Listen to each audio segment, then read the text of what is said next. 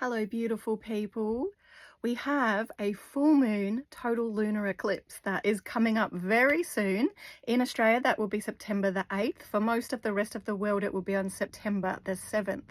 Now, this is going to be a full moon that is in the sign of Pisces, as well as a total lunar eclipse. And excitedly, this is also going to be an eclipse that is visible from about 85% of the world, including here in Australia, no matter where in Australia you are. So this will be visible in Australia, Asia, Africa, and Europe. So that's very exciting.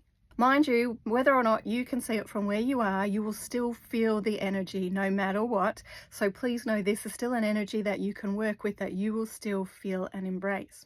Now, that Piscean energy is very much going to assist us with feeling more sensitive, more open on an intuitive level, on an emotional level, perhaps even more creative. And normally I would talk about these energies and suggest that this is a good time to perhaps do some magic or manifesting around those particular areas. But with it being an eclipse, this has got a little bit of a special energy about it. So first of all, this is going to open what's called an eclipse gateway, and that is going to last for 2 weeks until we have our next eclipse, which will be at the new moon.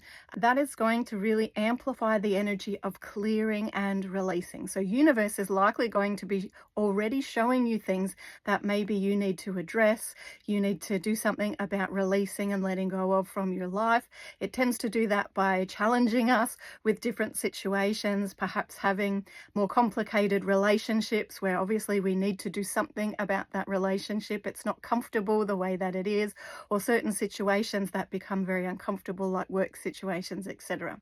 So we have to determine, is that something that needs to stay in our life, or do we need to speak up or do something around that situation to make it more peaceful?